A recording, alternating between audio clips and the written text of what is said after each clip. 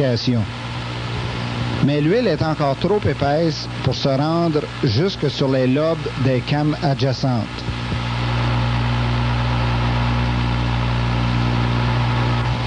Après 3 minutes, l'huile est enfin suffisamment liquide pour atteindre le premier lobe de la came, comme en témoigne le jet vertical sur le couvercle de fibre de verre.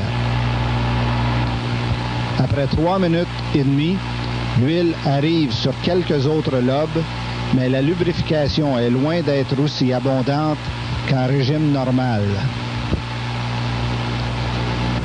Maintenant, voyons la XD310W30 dans le même moteur, à nouveau après 16 heures de refroidissement à moins 25 C.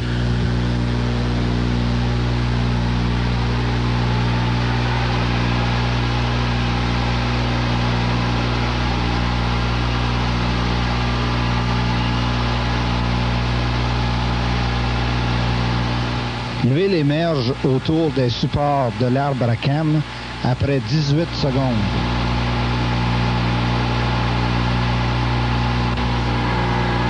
Et, peu avant le cap des 3 minutes, elle commence à atteindre les premiers lobes de la came.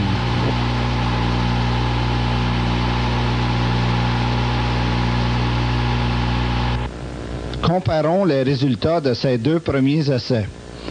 À moins 25 C, la 10W30 a atteint les paliers de l'arbre à came environ 2 fois plus vite que la 15W40. En comparant le temps pour que l'huile se rende au premier lobe de la came, la 10W30 a marqué un avantage par rapport à la 15W40. Et voici le temps qu'il faut pour obtenir un plein débit d'huile dans la culbuterie. Environ 8 minutes pour la 10W30 contre plus de 9 minutes pour la 15W40. Dans l'essai suivant, la XD310W30 a passé toute la nuit à moins 30 C. C'est 5 degrés plus bas que lors des essais précédents.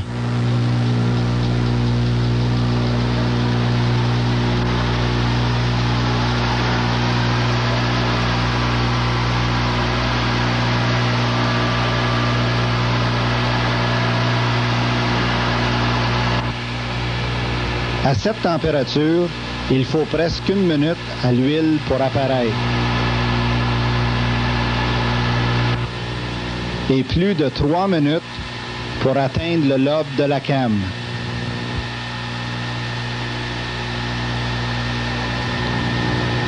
Maintenant, voyons comment se comporte la semi-synthétique XD30W30 dans le même moteur, toujours à moins 30 C.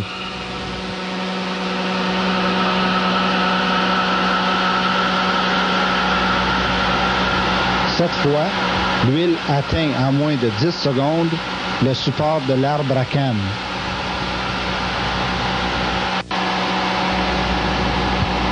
Et gicle contre les lobes de came en moins de 2 minutes.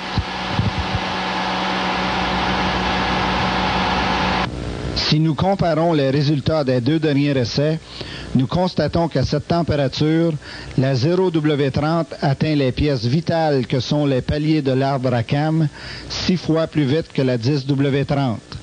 En comparant les temps nécessaires pour atteindre le premier lobe de came, la 0W30 se montre là aussi nettement supérieure.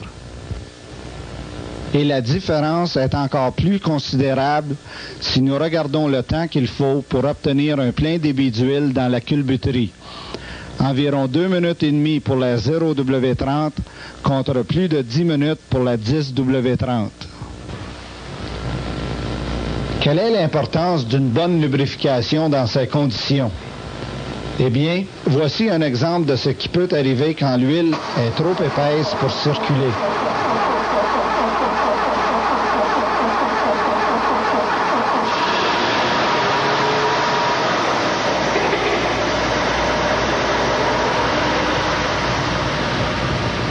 D'abord, on entend le sifflement des paliers.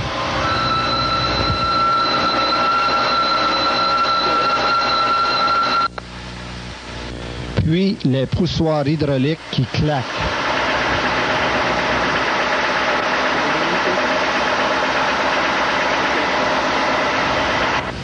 Et, pour finir, la fumée envahit la culbuterie.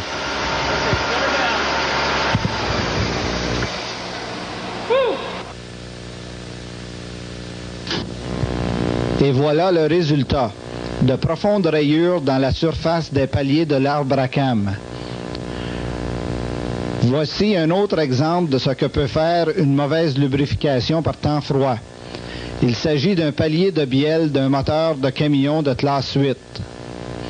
Avec des paliers dans cet état, le moteur n'a pas dû tourner très longtemps. Nous espérons que ces essais vous ont convaincu de l'importance de choisir la bonne viscosité de l'huile en hiver. Comme on utilise fréquemment des aides pour faciliter le démarrage, il peut même arriver que le moteur tourne à des températures où l'huile ne coule quasiment pas. Voici la viscosité que préconise Esso selon les températures d'utilisation. La soluble XD3 15W40 est conseillée par temps chaud et fait l'usage jusqu'à moins 20 degrés Celsius. La XD3 10W30 a un comportement acceptable jusqu'à moins 25, mais elle ne peut supporter que des températures moyennement élevées. La XD3 5W20 donne de bons résultats lorsque la température descend jusqu'à moins 30. À noter cependant que cette huile n'est pas conseillée au-dessus de 10. Pour un excellent fonctionnement à température élevée et un bon rendement jusqu'à moins 35, utilisez la Delvac 1, une huile moteur entièrement synthétique. Enfin, pour des conditions hivernales rigoureuses, lorsque les températures de démarrage se situent fréquemment entre moins 25 et moins 40, utilisez la soluble XD3 0W30, l'huile moteur semi-synthétique d'Esso. À noter qu'elle a la même limite supérieure de température que la 10W30.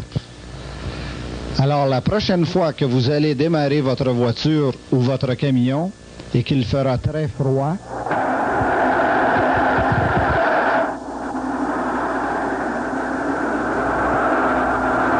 souvenez-vous qu'il est important de choisir la bonne huile pour votre moteur. Pas simplement pour faciliter le démarrage, mais aussi pour bien lubrifier toutes les pièces mobiles du moteur durant la période critique de sa mise en température.